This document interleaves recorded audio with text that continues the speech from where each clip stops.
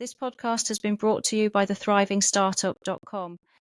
Hello and welcome to the Thriving Startup Podcast, the podcast that supports aspiring entrepreneurs just like you to start, grow and thrive in business. I'm your host, Charlotte Steele, and in today's episode, we are joined by one of my former students who's going to share his story about juggling working full-time and building his freelance content creation business. I am very pleased to introduce you to Joey Moxley.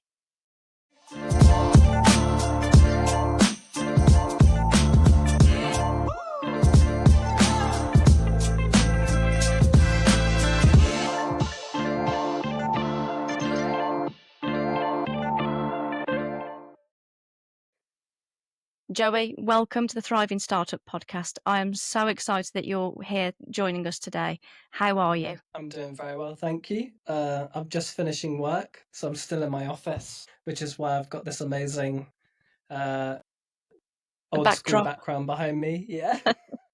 Where are you based, Joey? So I work at the West Midlands Combined Authority. Okay. We're based just on the edge of Hockley in Birmingham, and this building actually used to be a hospital, so it's got all of the old school hospital vibes that you would anticipate being in an old building. Very clinical. Yeah.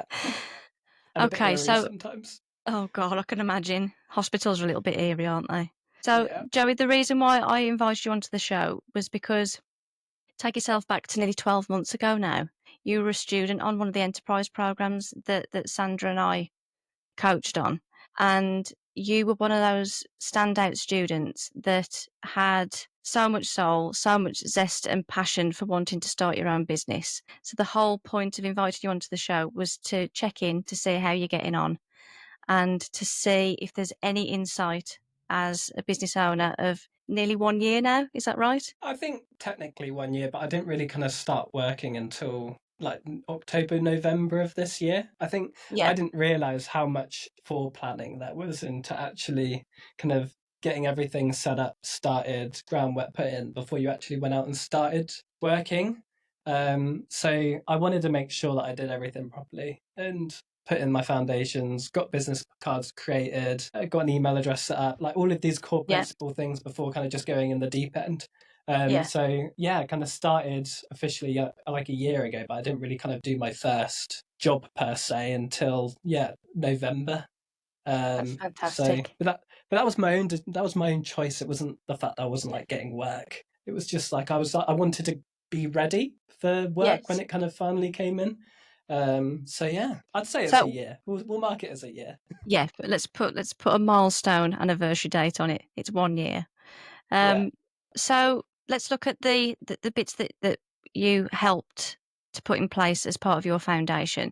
So what bits did you find that were quite shocking that you needed in place first? There was a lot of like admin-y bits. So from ensuring that I was like registered for self-assessment, declaring myself as a sole trader, setting up a business bank account.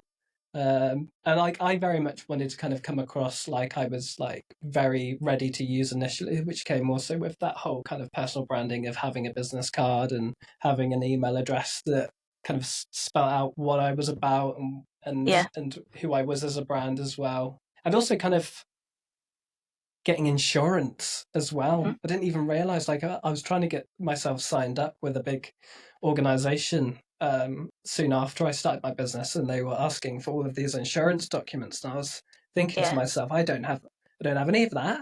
So it's like I'm learning as I go, really, and it's just kind of really interesting, and like being part of that Be Seen program really made me realize like what needed to be done initially, and it made me, because I'm very much like freelancing independently around a full-time job at this moment in time. So I'm still doing my 9 to 5. And then outside of that, I've got time to then concentrate on my business. And it's just like trying to juggle everything and get everything sorted in the time that I've got without burning myself out. It's just been, crazy, really. So which business did you decide to proceed with? What are you doing currently with your sole tradership? Yeah, so I'd call myself like a bit of a content consultant, freelance creator in a way. I kind of do a lot of things. There's no kind of one way that I kind of would describe it. at this moment in time is kind of, very fluid, and kind of the core pillar is content in a sense. If you want a video done, photos done, consultancy, but also I do stuff in front of camera as well. So I do a bit like presenting. Okay. So I've worked with some social media agencies about kind of being a persona and somebody in front of camera as well. So I've kind of been part of every avenue of content at this moment in time, and I'm loving it. I'm just so, I don't see it as work, so kind of doing That's what I good. love, getting paid for it. Yeah. It always makes it easy, doesn't it, when you're doing something that you're completely passionate about. So just for context then, for the audience, when we met all those years ago, I'm joking, it was nearly 12 months ago, wasn't it? So when we first met, you were focusing on your videography side of the business and looking to build that. Have you now migrated also into photography that couples and supports the consultancy side as well? Yeah, I think one of the core principles that I have with everything I do is just like it has just this bedding of authenticity.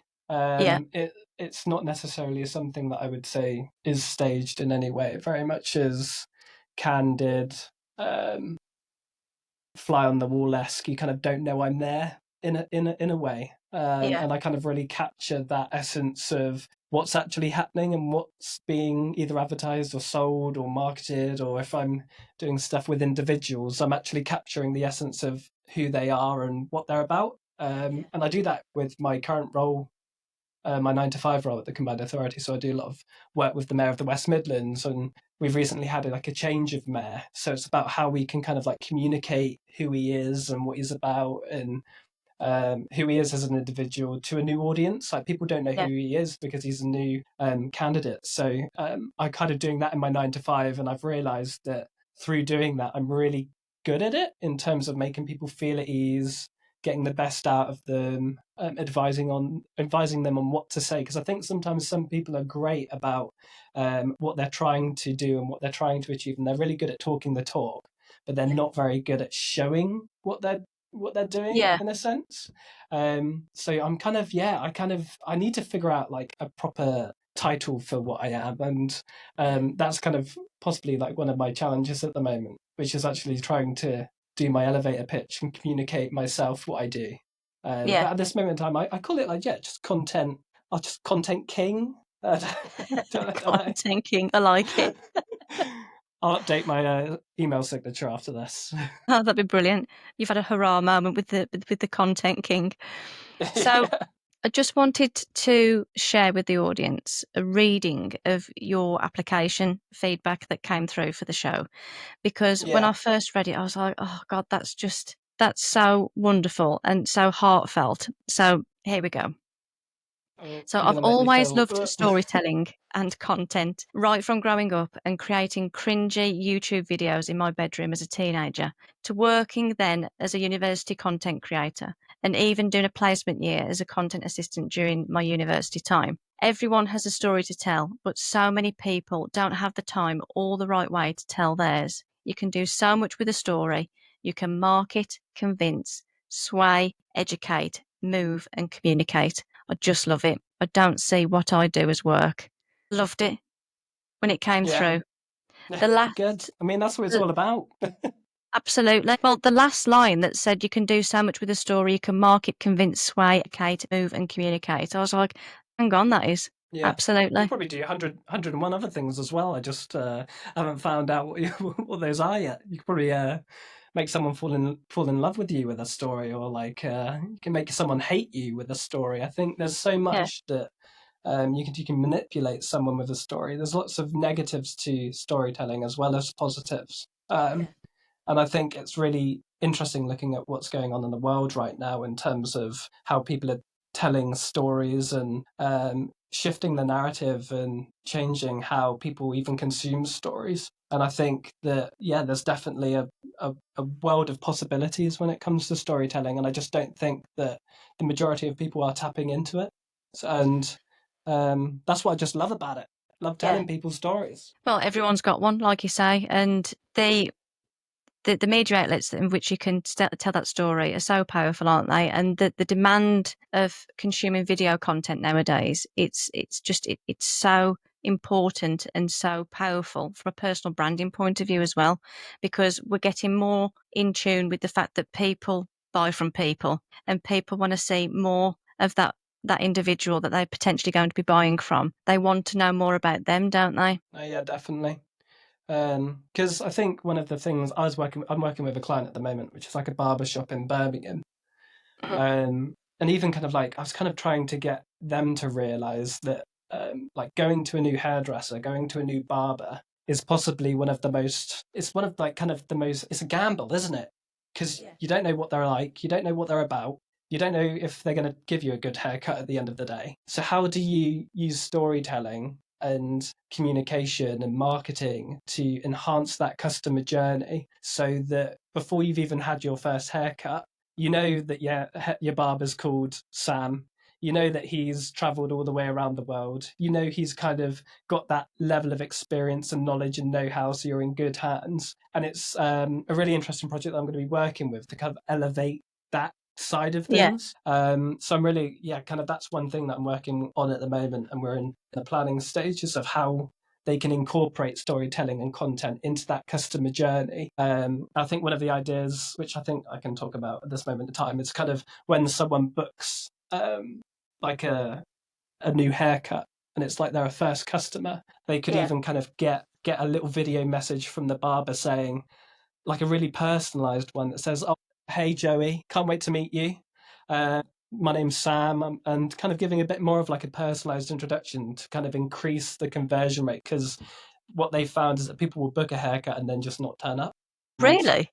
And it's kind of like that mentality of, is it because people are anxious, or is it because they're not kind of committed in that sense? So we're going to be trying and trialing different ways of kind of using the storytelling to get people over the line and convert them. With your experience with working with the clients that you have as part of your last year in business, do you find that people are already tapped in to the power of storytelling, or do you have to draw it out of them?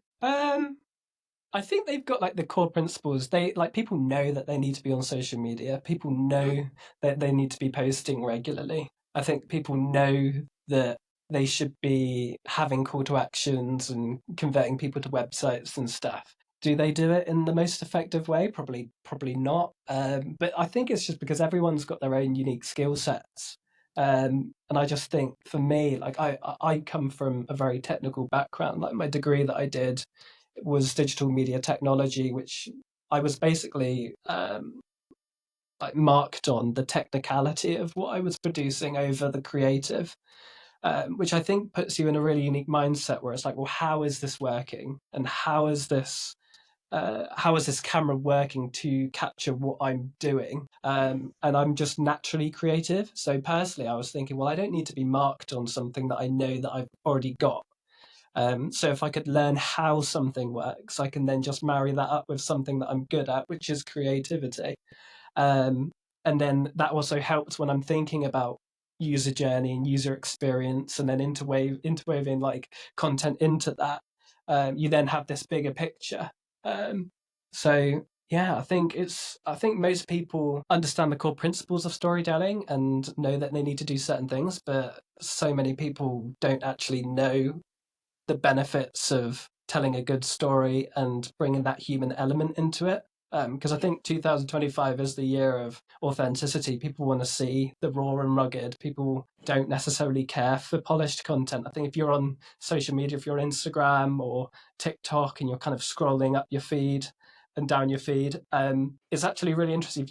If you watch younger people doing it, they will look at high quality content and automatically see it as an advert and automatically scroll past. That's interesting. So it's really looking at how people are telling that story, especially when it comes to advertising as well. Mm-hmm. If you film it on a phone and you make it really rugged and authentic, it's actually got a higher chance of getting more watch time over it, because people aren't anticipating it being a paid piece of content that people have put like loads and hundreds of thousands of pounds behind.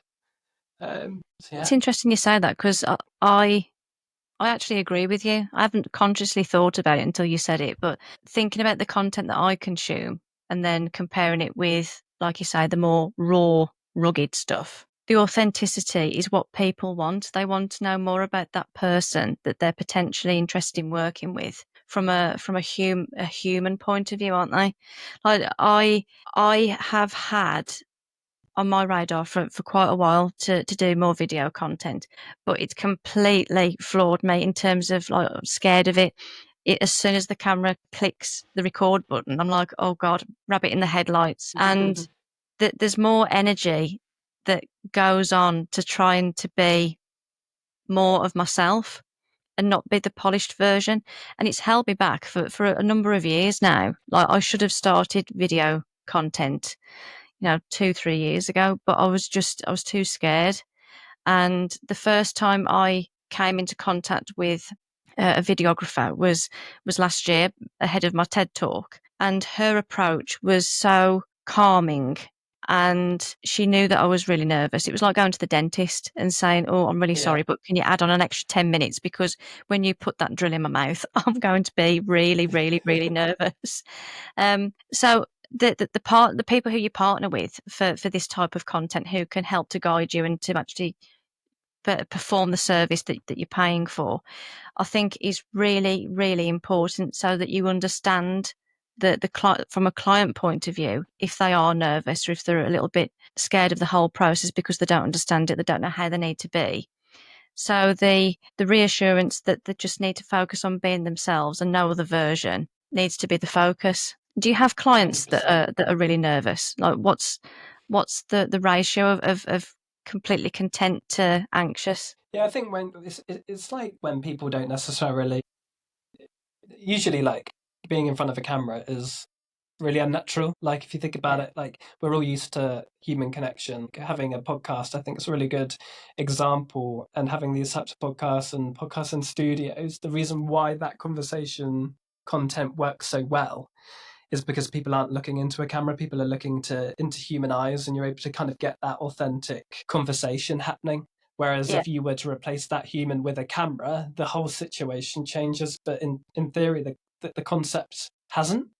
You've got a person, and there could be someone behind the camera, but still we're starting to stutter and not speak naturally and not speak authentically, because you've kind of put something in between that human experience.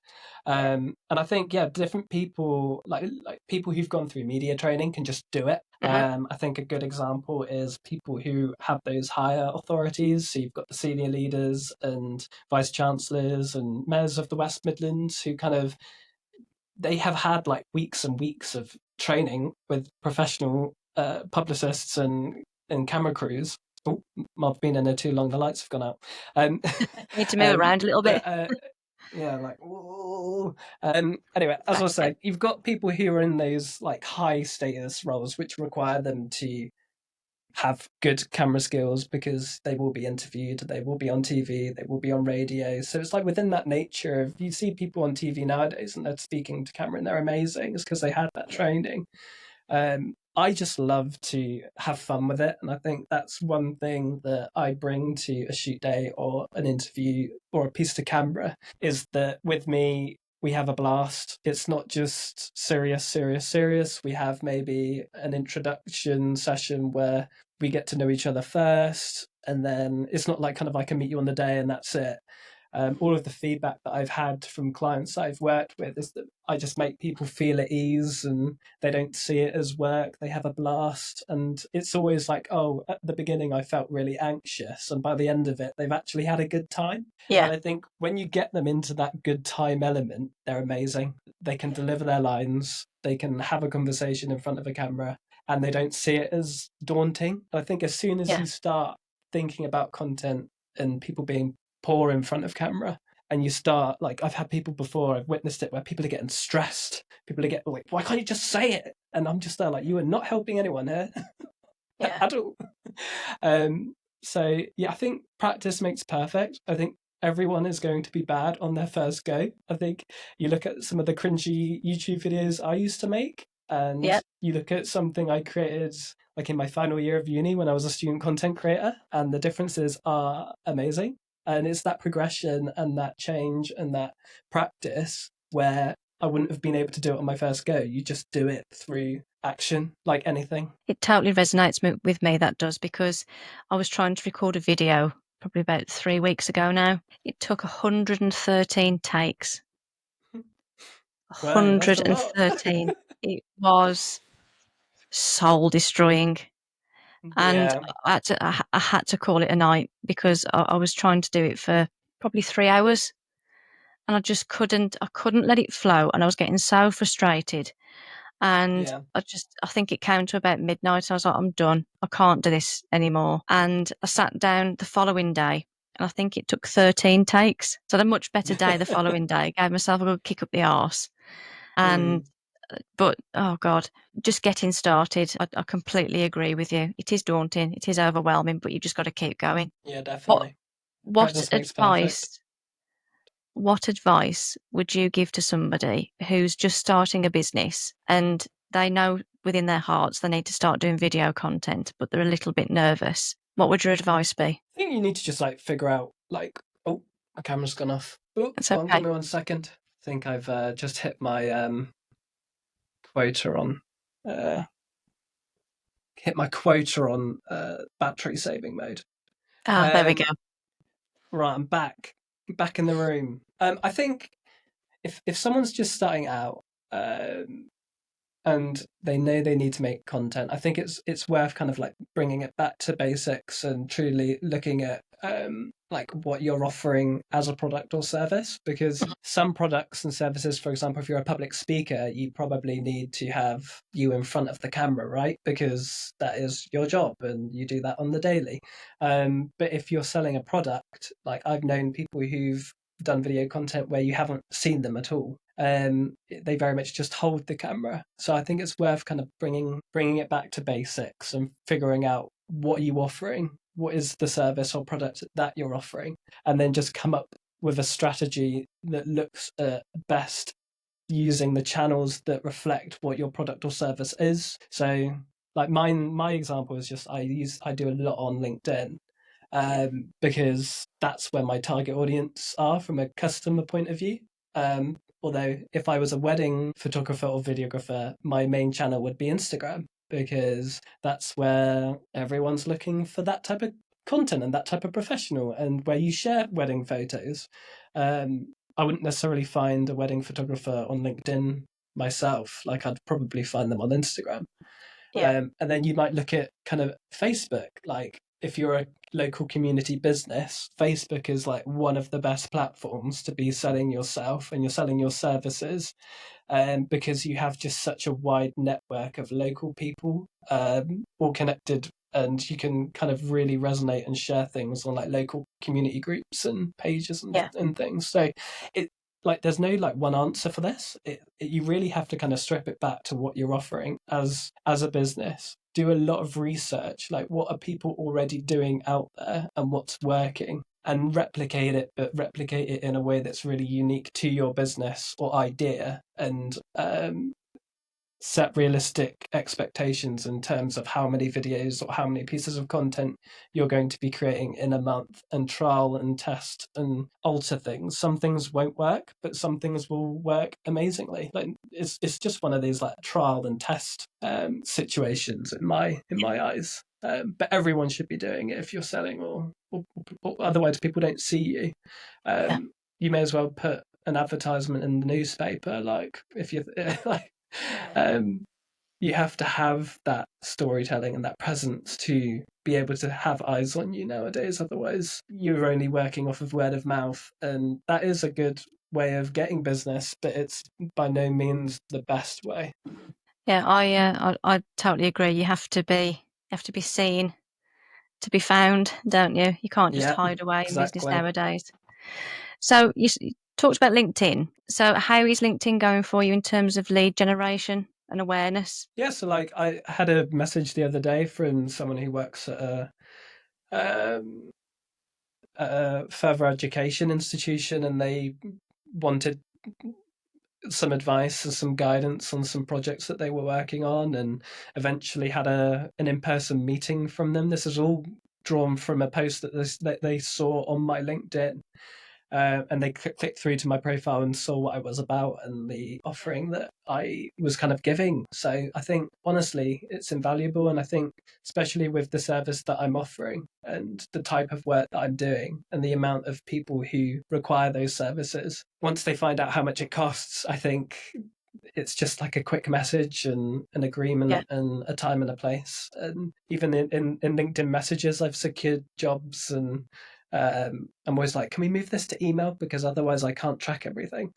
Like, I can't keep tabs of everything that's going on. So it's just like, just like through posting on LinkedIn, people see it, people interact with it. And then I've gathered leads and eventually like contracts through it, which is mad. And these people know me because of connections and people who've like, if you've liked my post and it goes on to your feed that you've liked this post, and then your followers see it as well. Especially if like my primary target is the people that I'm already doing work for and I'm already connecting with, and they're liking my post as well. I'm bound to find like-minded people who also want the same thing.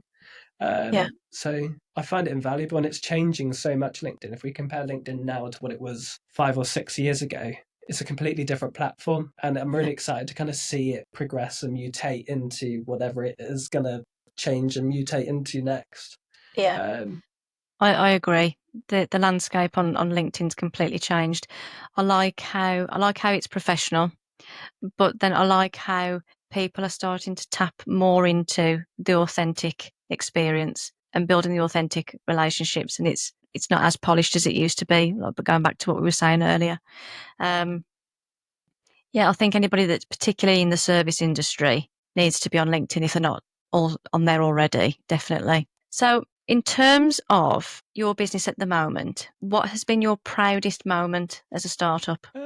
I think I'm proud that I've been able to get this far without the ship sinking, basically. There was I've had so many days where I've just kind of, I don't need to be doing this. Like, I've got a full-time job and I'm earning a salary that matches the needs of myself. And I constantly kind of like, there are some days where I'm really busy and I've got too much on and I'm kind of burning myself out. I think to myself, is this worth it?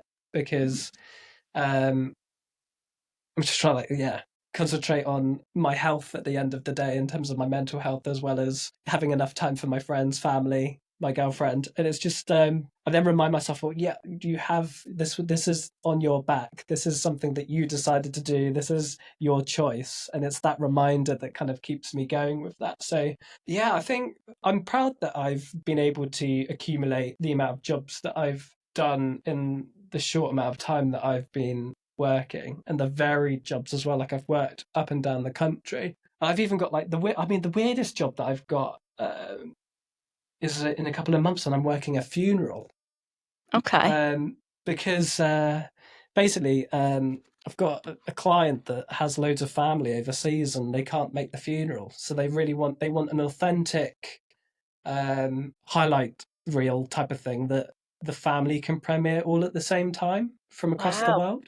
And it's just like, is it like a live I've stream of never. the funeral? It's kind of like they want it because of the time difference. They don't want it as a live stream, because if it was live streaming, it would be 2 a.m. So they've said that they'd rather have something which was a little bit more emotional and polished, which tugs at the heartstrings and celebrates the life of this person. And they can have the speeches from the funeral and the memoriams from the funeral interlaced with pictures, and they can see the cast going down, etc. They want it in a way that they can remember and have a keepsake for everyone else, basically, who can't make it. So it's just like, I've never heard of that before, but No, I after having a haven't. chat with the client, it's now a thing that I'm doing. So Wow. Imagine if that's so going to it's be like just the go-to my new thing niche. in years to come. I mean, wow. I mean, Funeral what a content. niche. Yeah. Wow. But people have family all across the world, and if they can't make it for whatever reason, how do they remember and celebrate someone's life? So Yeah. they, like, it's even scheduled to kind of have a YouTube premiere so they can all watch it at the same time, so that no one's watching it first. So that everyone can Wow. kind of be together. Everyone can be together and watch it all at the same time. So I just think it's just such a unique thing that I hadn't even thought about, but they want me to do it. So I was just like, yeah, let's do it. So that's like, I just think, like, in terms of going back to the question, like, just, I think I'm just so proud of myself for just carrying on and achieving the amount of jobs that I've done and future jobs that I'm doing. And yeah, I feel like I always thought I'd be kind of like doing maybe 1 or 2 jobs a month, but it's kind of snowballed into like kind of, yeah, so much more. Trying to find That's time for it all. I can imagine if you've got a full-time job as well. But this is the Yeah. true insight into what it is to start up a business, isn't it? Because very rarely can you stop what you're doing and then completely focus on this wonderful venture that you've started right from the ground up. There usually is a crossover period, isn't there? Yeah. Definitely. And I think like with my job that I'm in at the current moment, I think a lot of employers usually kind of look at people doing freelance in their own time. They kind of turn their nose up a little bit. But my employer, West Midlands Command Authority, have been amazing in terms of actually looking at it as a bigger picture. And I had a conversation with the head of comms, and they basically were like, they see it as a development opportunity. They look Wow. at it as the more I do outside of work, and if it relates to my job, the better I'll do my job. And they said, as long as you're not burning yourself out, as long as you're not coming to work with bloodshot eyes, as long as you're not Yeah. kind of like really having a bad time and you're not doing your workload, um, they're really like kind of supportive of me of doing it. And I think that's amazing that I can kind of use time in lieu and use annual leave to be able to block out days where I know that I'm going to be busy at short notice. Or if I need like an afternoon where I'm having like a client meeting, they give me the flexibility of being able to like work 1 or 2 hours past 5 p.m. So I make that the time. As long as I'm kind of doing my 9 to 5, they're happy with me kind of being able to kind of block my time and manage my time really well. So it's like a no-brainer when you look at it like that. Yeah. Because lots of people would think, of course, I don't want you working whilst you're also working for me. But my work at work has actually increased because of the stuff that I'm doing outside of work, and it's been seen in like my performance reviews and things, and my outputs, and what people think about my content and things. So it's just evident that I think like kind of looking at it more from a B2B point of view, like more businesses and employees should kind of be championing their employees to kind of have their side hustles and be Yeah. freelancing in their spare time, especially if it revolves around their current roles, definitely. Your performance increase. So do you think that that's been facilitated by doing something that fills your purpose or that you're passionate about? Like, that's I incredible think so, that yeah. it's Yeah. incredible that your Because, performance has gone up in your 9 to 5. If you've got yeah, dreams of this wonderful idea of the content creation, that's something very special and very telling that you're fulfilled as an individual. If that's the knock on effect. I think so, yeah. Because, like, I mean, my my best mate always used to say, like, no matter what I was doing or where I was doing or where we were going, like, I'd always have content in mind. Like, there'd always be photos at the end of a night out. There'd always be a video at the end of a trip. There'd always be a story that's been told out of something that we've done together. And these aren't things that I wanted ever to monetize or kind of have as a profession. These were Mhm. things that I did because I enjoyed doing them. And I find it really fun being able to kind of have that creative element on a situation that I'm going through in life. And I just think, I just love it. I don't even do it for the point of view of like audience. I just love the start, middle, and end of anything. And being able to kind of package something up in a creative way that kind of interweaves so many different creative elements from the music that you're listening to right Mhm. through to the angles and the shots and the photos. It just kind of all resonates and speaks to me in like one harmony in a sense. So I just love it. Big Yeah. fan. Very pleased and proud that you found something that just sets your soul on fire. It's wonderful.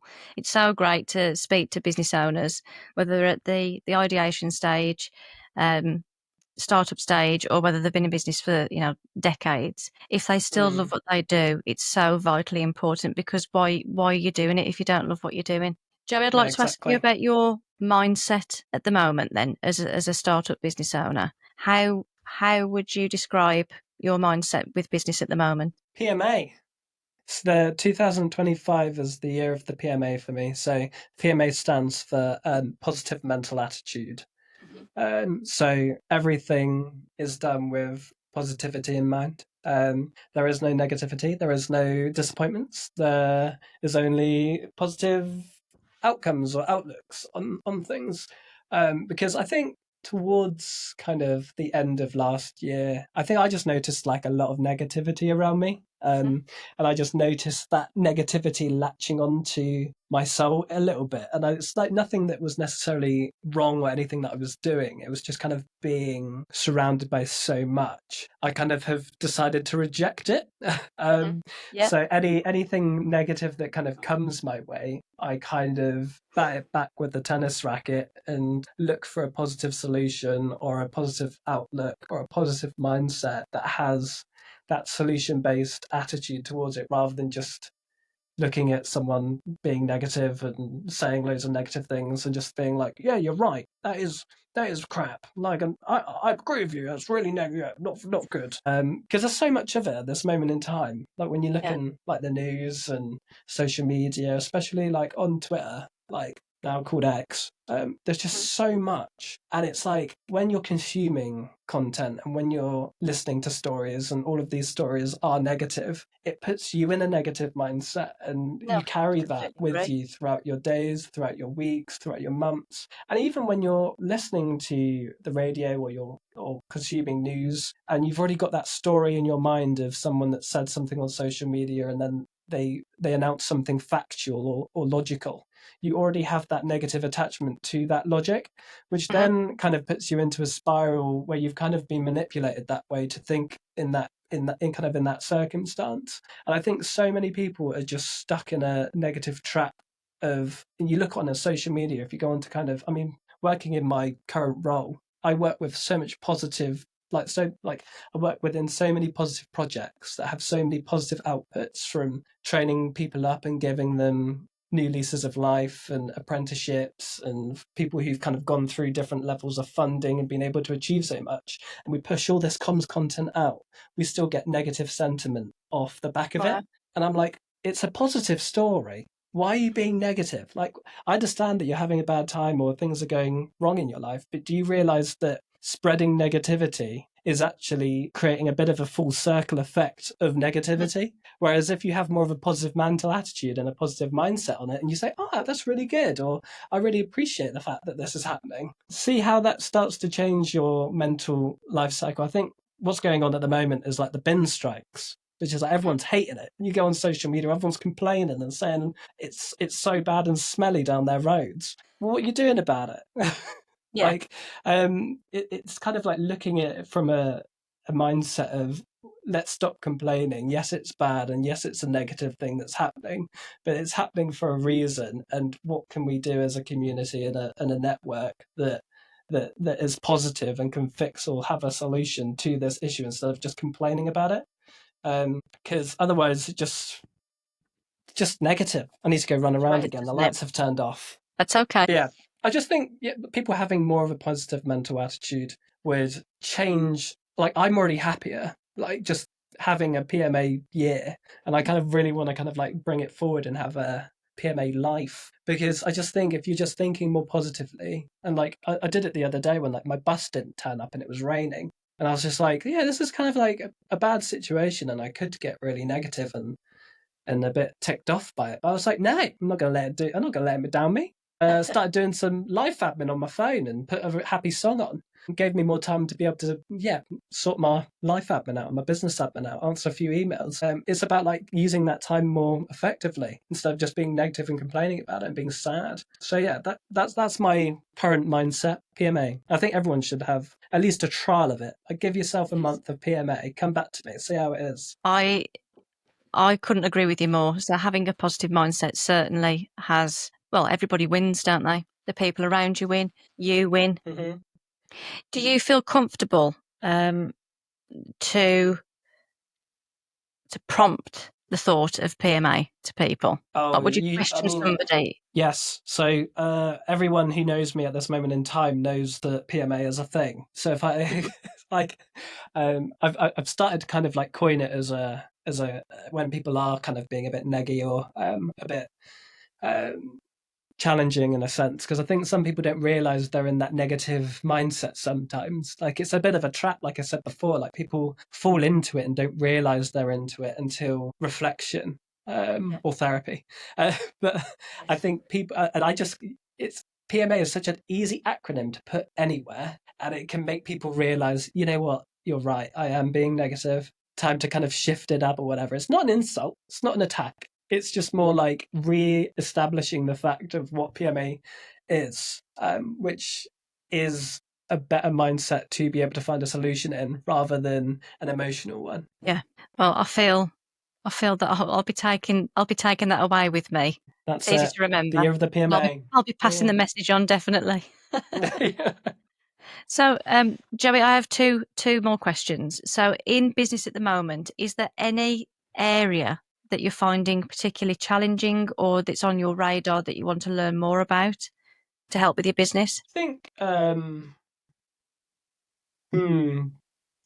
I finding challenging at the moment? I think with me, I think with content, with videography, with anything that requires tools or technicalities, there will always be a better camera, there will always be better kit, there will always be situations or circumstances that like a shoot could have gone better, or it's like that yeah, curse of hindsight sometimes, which I always look at it as after every single shoot that I do, I learn something, which is a really good thing to know. Like you're not just repeating the same mistakes all of the time.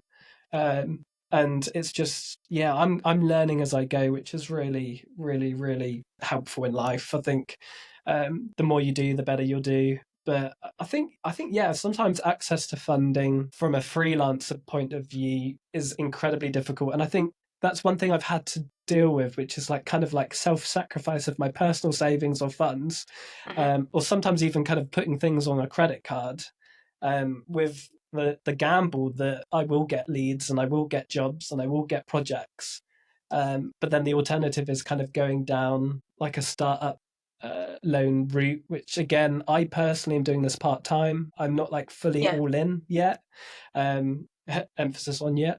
But it's kind of it's I don't necessarily want to go down that route yet because I don't anticipate needing that level of finance or funding or commitment, because I don't anticipate being in that situation. But I think that's the difference when you kind of have different startups and different people starting their kind of business journey, is that there's different levels of funding available for different people. There's no kind of one set rules, like there's no rule set that everybody gets the same type of funding or chance to kind of start their own business. And I think being a freelance videographer is like really difficult. I think loads of people are really talented and have the mindset, but they've got a really old camera that won't cut it when you compare it to other people who are offering similar services at the same price. So I think that's it. You have to have that. Like I think I like to start up, I had to spend like 4 or 5 grand. Wow. And like that's not accessible for lower income people who want to go down that similar route. And it's kind of not fair in a sense, because they will have to work twice or 3 times longer to get that much money before they can kind of start their journeys. So I think it's just, I had to work 6-7 months before I could buy my camera. And it's just, I wish I didn't have to. Yeah. So I think it depends on what you're going into, I think, because I know that there's different funding available for different people and different things. But I think to have to do that saving up and that self-funding from a freelancer point of view, it already shows you're dedicated, already shows you're committed, already shows you've already kind of like got your heart in it. Whereas if you've got people if you've got people who aren't willing to do that, they already, I'd be like, you don't have the mindset for doing this all the way if you aren't willing to make that risk and that commitment in the first place. Yeah, it can be scary though, can't it? Yeah, but it's taking a chance. If you have this wonderful dream that you want to bring to life, then absolutely your mindset has got to be there. You've got to be willing to take risks. The risk taking in owning your own business is a constant anyway. So you just have to bite the bullet and just go all in completely. all in. Okay, so one final question then, Joey. So in the next 5 years, what does that look like for you in your business? What are you hoping for? I think, like, ideally, I've got this plan in my head where I would want to kind of explode in more of a media production sense. Like, I know a few people that have similar core values to me, who I know and have worked with before, who I know would just do an amazing job, and Yeah. they're both kind of currently in this kind of 9 to 5 routine where I know that they'd be able to achieve and do more outside of that. So, I mean, I've got big plans next year, but like kind of looking in the next couple of years, I like to think that kind of excelling myself outside of that freelance bracket and kind of starting an official company with other people, treating it as like kind of one unit rather than there just kind of being one person in charge. Yeah. Because I think that's it. It's like I know myself that I'm not able to do everything, and I know that myself that I'm not able to achieve and do everything myself. I think having a team, having shared ideologies, having a proper methodology of growth, and people who are passionate and driven and want to aspire and want to achieve, you're going to do 20 million times more than just one person. Because you're going to have a bigger reach, more funding availability, more creative ideas, bigger scope for different projects, and like a collective steer into a direction that could end up being like a really big deal in the West Midlands. I think I like to look at kind of like Stormworks, the media production company, like as a really good example of that. They're kind of working on huge projects now with like huge budgets Clubs and and stuff, aren't they? working with so many different clients, and they've got a really cool team Yeah. with so many like-minded individuals. I think it's such a good example of bringing the right people into the right environment with the same core values and principles, and actually kind of like shooting a rocket off and seeing where it goes.